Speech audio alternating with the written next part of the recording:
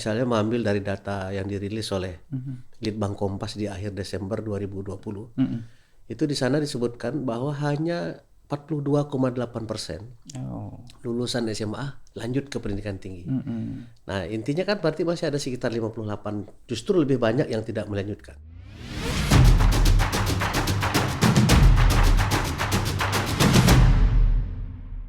Halo Sobat Belajar, jumpa lagi di podcast Ditjen PAUD, Dikdas, dan Dikmen bersama saya Halifatullah Al-Khawarizmi. Sebelumnya kami informasikan bahwa seluruh tim yang terlibat dalam pembuatan podcast ini telah melakukan swab antigen dan dinyatakan negatif.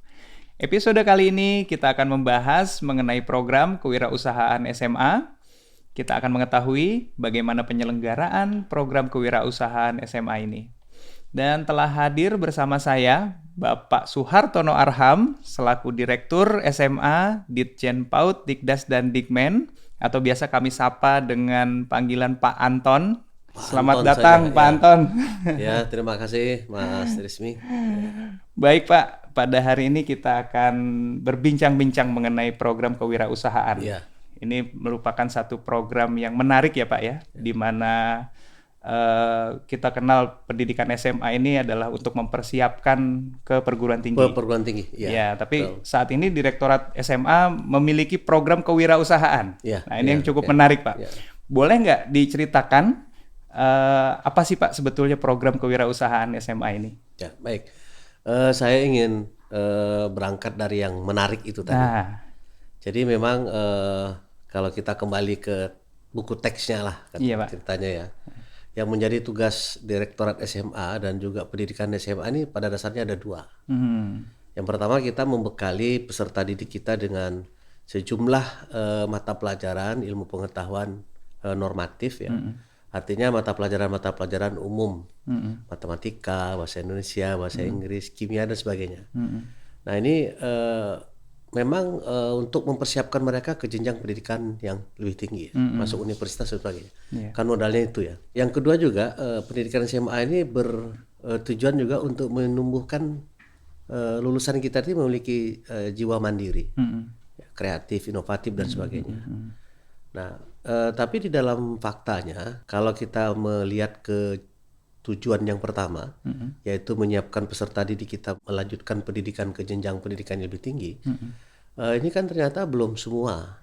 Artinya gini, kalau kita misalnya mengambil dari data yang dirilis oleh Litbang Kompas di akhir Desember 2020, itu di sana disebutkan bahwa hanya 42,8% lulusan SMA lanjut ke pendidikan tinggi. Nah, intinya kan berarti masih ada sekitar 58, justru lebih banyak yang tidak melanjutkan. betul. Nah, kalau dari sisi ini kan kita ya di satu sisi mungkin kita menganggap, oh ternyata belum sepenuhnya mencapai apa yang menjadi tujuannya kan gitu. Nah, tapi kan memang juga kita juga tidak bisa memaksakan seluruh 100% lulusan SMA kuliah dong, kan nggak bisa. Kan banyak faktor ya. Betul. Mungkin ya keterbatasan ekonomi, mungkin jurusan yang diinginkan tidak ada di daerahnya, sehingga ya sudahlah, daripada jauh-jauh takut merantau dan sebagainya, kan akhirnya memilih tidak kuliah. Nah, karena itu sekolah juga memiliki kewajiban itu tadi, karena memang itu menjadi tugas yang kedua, menumbuhkan jiwa mandiri.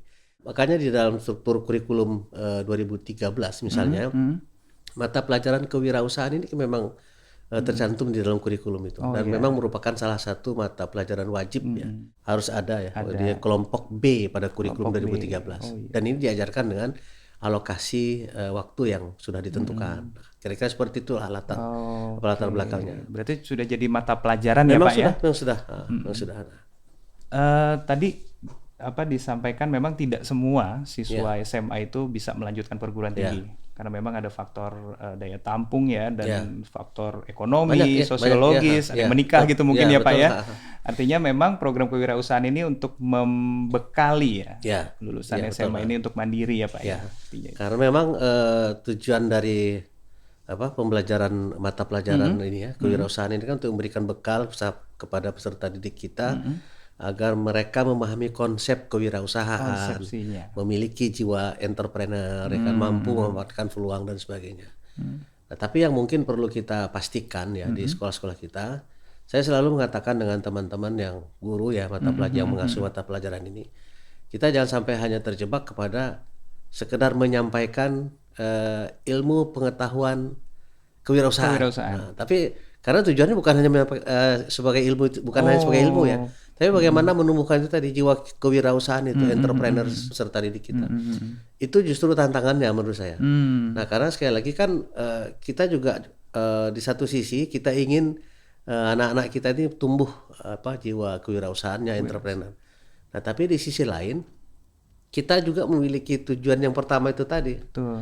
Jadi tujuan SMA ini agak berbeda dengan tujuan SMK misalnya. Betul. Kalau SMK kan memang menyiapkan mereka masuk ke lapangan pekerjaan. Ya. Nah, kita berada di tengah-tengah itu. Nah, jadi tidak juga sedang berusaha menjadi saingan di SMK, tidak. Nah, karena itu jumlah alokasi waktu yang tersedia di kurikulum 2013 juga tidak banyak. Meskipun secara teknis ini juga bisa dikembangkan juga di tidak hanya di intrakurikulum ya, tapi juga di ekstra dan di kegiatan-kegiatan tambahan lah. Jadi diversifikasi kurikulum kan memang memberikan ruang untuk itu. Betul. Jadi kita bisa memperdalam, bisa mengembangkan di luar jam pelajaran yang sudah tersedia. Jam pelajaran. Ya. Nah, terkait dari itu Pak, secara teknis bagaimana sih Pak ini mekanisme pelaksanaan dari program kewirausahaannya SMA ini Pak? Ya kalau secara teknis kan mata pelajaran kewirausahaan ini ya di program kewirausahaan ini kan dilakukan oleh peserta didik kita ini learning by doing ya, learning by process. Jadi mereka sembari menerima teorinya barangkali. Makanya saya tadi di depan mengatakan, saya selalu mengatakan dengan teman-teman guru mata pelajaran kewirausahaan, kita bukan hanya mengajar ilmu kewirausahaan gitu kan, bahwa kewirausahaan adalah ini, enggak itu gitu loh. Tapi yang paling penting itu bagaimana menumbuhkan jiwa entrepreneur itu, mereka mampu menangkap peluang, memiliki kemandirian, dan itu nggak bisa diteorikan gitu. Harus dipraktikkan. Nah, praktiknya ini kan terjadi sesuai dengan kondisi di lokal ya. Tentu saja ini kaitannya kan dengan lingkungan ya. Nah, kalau misalnya nih di sekitar sekolah itu ada yang berkembang misalnya itu kan katakanlah pabrik apalah, nah yang membutuhkan skill-skill tertentu. Betul. Nah mestinya sekolah itu dalam pembelajaran praktiknya ini untuk kewirausahaan ini itu relevan dengan kebutuhan sekitar situ. Nah, sehingga manakala memang misalnya nih lulusan kita nih ada di antaranya yang memang tidak lanjut ke pendidikan tinggi, mereka bisa langsung berbaur ya, hidup di lingkungannya itu kan memang mereka sudah bekal untuk itu, bukan hanya teorinya tapi juga praktiknya seperti apa, kira-kira seperti itu. Jadi memang disesuaikan juga dengan kearifan lokalnya ya Pak ya? Ya itu memang. Betul. Karena itu memang dibutuhkan kolaborasi ya antara sekolah dengan bukan hanya dengan pemerintah daerah tapi dengan lingkungan secara keseluruhan.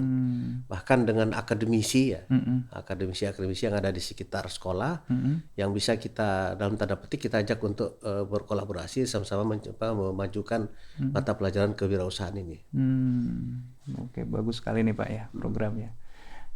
Kalau sampai dengan saat ini Pak, berapa banyak sih Pak sekolah menengah atas ini yang sudah mengikuti program kewirausahaan secara khusus misalnya? Semuanya? Idealnya semuanya. Idealnya kan itu memang masuk dalam struktur kurikulum Mas. Jadi untuk di kelompok wajib ini ya, kelompok B ini memang sudah ada di dalam struktur kurikulum kita.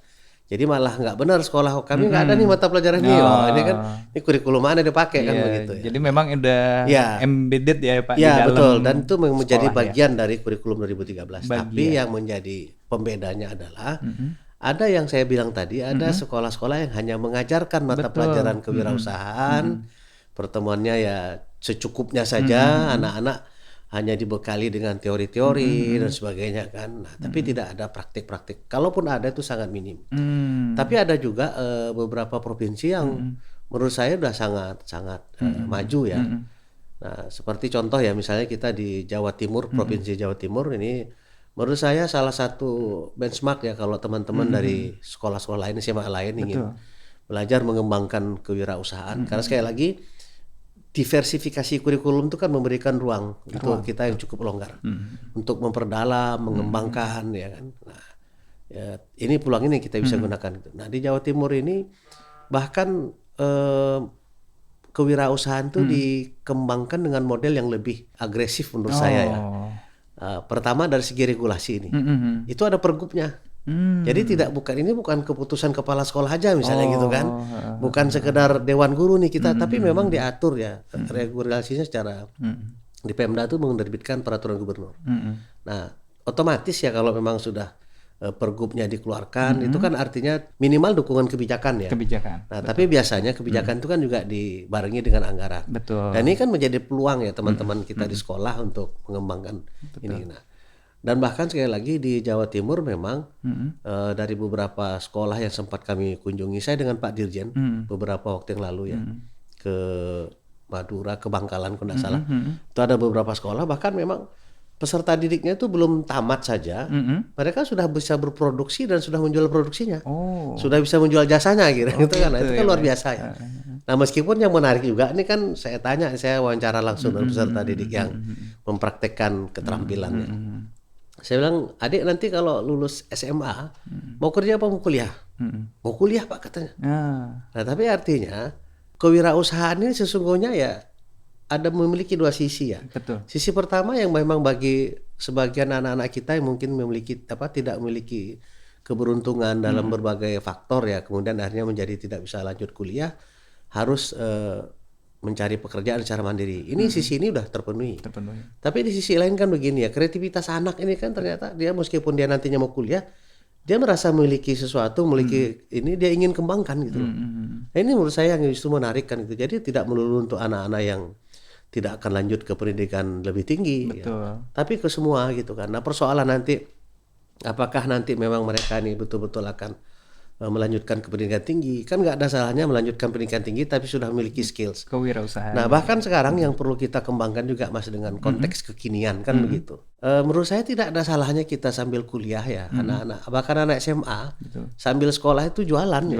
Iya. Nah, tapi tentu dong ini kan jualannya kekinian gitu kan. Jadi kalau bayangan saya zaman saya dulu sekolah itu kan kita jualan ya sambil bawa dagangan ke kelas ya. Tapi kan nggak begitu sekarang jualannya. Kita bisa memanfaatkan media-media, aplikasi-aplikasi yang udah banyak lah, nggak usah sebut lah ya itu kan. Nah dari situ dan saya melihat ya sebagian anak-anak kita sudah sebetulnya. Jadi diam-diam mereka sudah berwirausaha sebetulnya. Nah yang menurut saya yang memang patut kita munculkan itulah jiwa kewirausahaannya itu ya. Mandiri, entrepreneur, dia bisa menangkap peluang. Bisa nangkap peluang itu. Jadi sekali lagi bukan sekedar untuk ilmunya saja, bukan ilmu pengetahuannya saja. Dan sekali lagi di era sekarang, menurut saya itu sangat-sangat terbuka ya. Anak-anak sambil kayak yang tadi saya tanya itu, mau sekolah lanjut kuliah atau bekerja? Kuliah Pak katanya. Nah, lalu saya berpikir, kalau gini justru ini yang justru kita perlukan gitu kan. Nah, jadi sekali lagi kuliahnya jalan terus nanti, tapi dia bisa mengembangkan potensinya itu, jiwa entrepreneurnya itu. Nah, itu loh.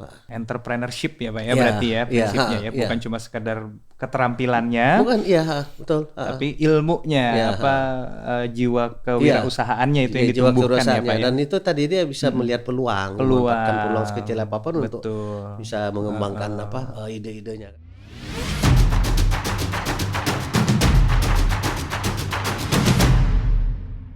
Dan itu sudah dilakukan sejak awal ya. Nah, kewajiban kita ini kan bagaimana mengawal NSPK yang kita terbitkan itu. Ya. Apakah itu berupa peraturan menteri, apakah itu berupa peraturan edaran, pedoman dan sebagainya. Ini bisa diterapkan dengan baik di Pemda. Yang paling penting bagaimana mereka itu memiliki jiwa mandiri, memiliki kemampuan untuk membaca peluang dan memanfaatkan peluang itu sebaik mungkin. Sekali lagi saya katakan, teman jangan lupa kita ini bukan SMK. Betul. Nah, tetap dua tujuan utama kita itu kan segi intelektualnya dan juga kemandiriannya itu.